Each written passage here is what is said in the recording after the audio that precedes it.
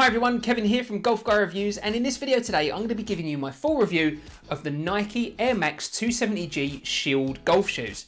Now these are a pretty unique looking pair of golf shoes, it's got to be said, not only because they are based on the very popular Air Max 270G, so you've got this massive air bubble here at the rear, but you've also got these two whopping great big zips on the front of the shoe where the laces normally would be. So the whole point of this golf shoe is that actually it's specifically designed to keep you nice and dry and nice and warm in the winter months and to protect you from the elements. So in this review today, I'm going to let you know exactly what I think of these shoes. I've worn them out on the golf course in some pretty muddy conditions and I've given them a full waterproof test. So I'm going to tell you how they fit, how they feel and how they perform out on the golf course. I really hope you enjoyed this video today, so hit that like button if you do and let's jump straight in. Now the 270 Shield retails in the UK for around £150, and if you are thinking about buying a pair, I've included my affiliate links down below in the description. Now it seems that this shoe at the moment hasn't been launched in the United States, however instead of this one, the US have got the Nike Air Zoom Infinity Tour Shield. So it's based on the same principles with two zips, but it's based on a completely different shoe. So before we go any further with the shoe, I think it's really important to actually just answer the question, does it do what it says it's trying to do on the side of the shoe? You can see here on the inside, it says weatherized protection proof. And on the outside, it says that it's engineered to protect against extreme elements of nature, no bad weather, just golf. So does it do that? Does it protect you against the extreme elements of nature? Well, first of all, I've got to say that I used them on some pretty muddy days and my feet stayed nice and dry and actually quite nice and warm. There's no real kind of breathability to this material, but there's not supposed to be. So actually, in terms of keeping them kind of warm and dry out on the golf course, they passed with flying colours.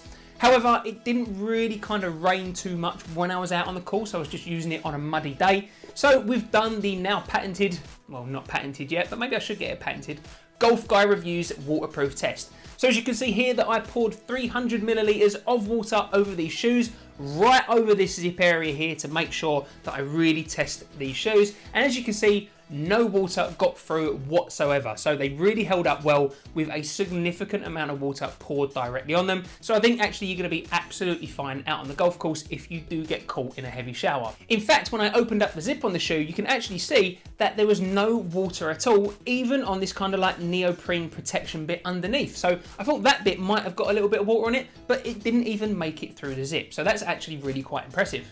So they are certainly based heavily and have a very similar silhouette. In fact, if I grab the golf shoe versions here, then you can see here that yes, they have a very similar silhouette indeed, but they're certainly not identical. So aside from the zips, which we'll come to in a little bit as well, you can see here actually that you've got a little bit more kind of rubber element protection around the kind of outside and inside of the shoe there. And in terms of the design changes as well, as I said, you've got this very rubberized texture to make it really nice and easy to keep clean. And I've got to admit that I got these pretty muddy and actually they cleaned up not a problem at all. Now on the outside of the shoe, it does say that it has got some reflectivity to it, so I can only assume that it means kind of this little bit here, you've got some kind of detailing and you've got the Nike swoosh on the outside as well. And I'm not sure, maybe this logo on the tongue and the Air logo on the back, that might have some reflectivity as well. I haven't specifically tested it, and to be honest, I don't particularly care. It's just as simple as that really. But also you can see that it has got the ginormous trademark Air Max bubble at the heel, which means that these are nice and soft, nice and comfortable, just like the golf shoe versions were. Actually, as I hold the two between them, they do feel a little bit heavier. You know, not massively heavier, but they do feel a little bit heavier, and that's probably understandable due to the fact that they've got these zips and this additional material on the top. But that kind of brings me on to one point with these shoes that I really kind of want to get across in this video. So you can see here on the Shield versions, you have got these two zips in replacement of the laces.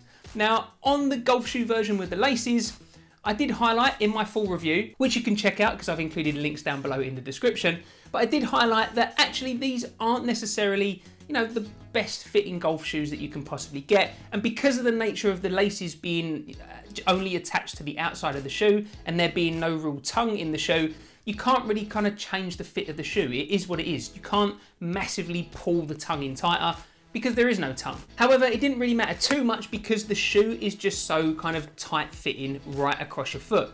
It's the same with the original trainers, and it's the same with these golf shoes as well. So it's not the end of the world that you really can't adjust the shoes that much, because they do fit quite tight already. That does mean that they are a perfect candidate to get rid of the laces altogether and apply the zips that you've got on these shoes. Now, what that does mean is that you cannot adjust the fit of this shoe whatsoever.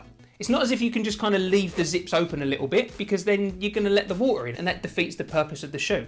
So the fit of this shoe is the fit, and it stayed on my foot, not a problem, and it does feel similar to the original version, quite nice and tight. However, there is quite a bit of wriggle room still in this shoe. So while I didn't feel that actually the shoe was going to come off at any time, there was a lot of room down the sides of these shoes here. It's not the best fit, if I'm entirely honest. So if you are looking for a pair of golf shoes that really kind of grip and tight, and you can adjust and really lock down to your foot, that's not these shoes. There's a little bit of heel slip at the rear, not enough so that I get blisters, but certainly enough that it's noticeable out on the course. Just put my finger right in some mud on the heel of the shoe.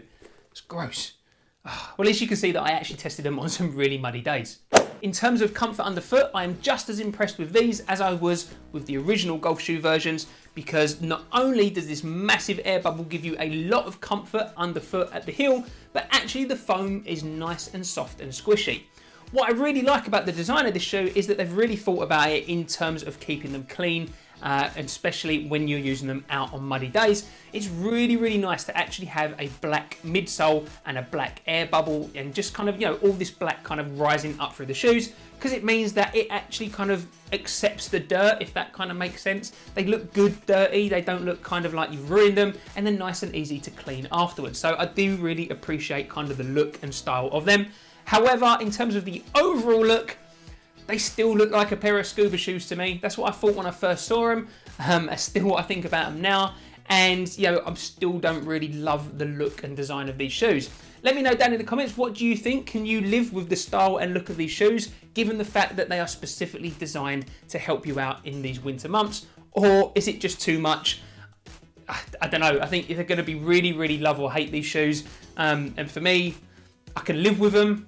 I don't love them. Moving on to the grip of the shoes, and that's going to be a real key element given the fact that these are designed to be used in these harsh winter months. Now, as you can see here, these are exactly the same as the original shoes that they released earlier this year. So you can see they've got exactly the same spikeless design, and you've got these ridges that kind of run across, and they do cut quite deep. They are quite protruded and quite pronounced, I suppose. And then also you've got this kind of pimpled section here in the middle of the shoe as well. Now, what I would say is that these have provided me plenty of grip out on the golf course when it's dry, when it's a little bit wet as well. Actually, I've been getting on with these absolutely fine. And I really do quite like the layout of the sole of these shoes, because it means that it does kind of cut in a little bit and give you a nice amount of grip in your golf swing. However, and that is a big however, if you are going to be using a pair of golf shoes in the really muddy winter conditions that certainly we can get here in the UK, would you not want a pair of spiked golf shoes? Personally, after using these, I would say yes, I would actually. I don't get why Nike have done that, to be honest. In the US versions, as I mentioned before, you've got the Infinity Tour. Now, while I'm not the biggest fan of those golf shoes, at least they are spikes. Well, non-removable spikes, but spikes nevertheless. So they are just going to give you more traction than these shoes.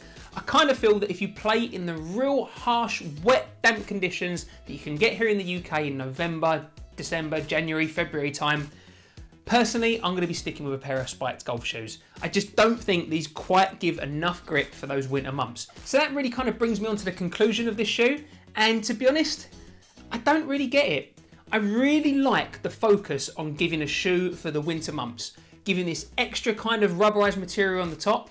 I'm not the biggest fan of the zips, but I understand that it makes it easier to get the shoe on and off, especially if you're keeping your gloves on, as well as giving them some real key waterproof properties.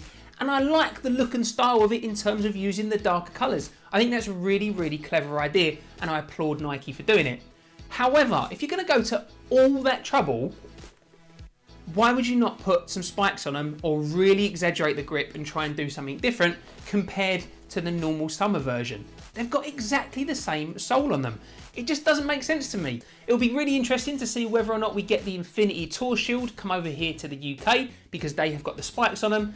But for me personally, when the weather really gets kind of harsh, I'm going to be going with a pair of spiked golf shoes instead. Let me know down in the comments, what do you think? Would you wear these right the way through the winter, or would you be looking for a pair of spiked golf shoes instead? If you want to check out my full review of the laced version of the Air Max 270G golf shoes, then I've included the video here, and you can also check out my full review of the Air Zoom Infinity Tour golf shoes. I really hope you enjoyed this video today, and if you haven't done so already, make sure you subscribe to my channel so you can keep up to date with all my latest reviews of golf shoes, clothing and tech right here on Golf Guy Reviews.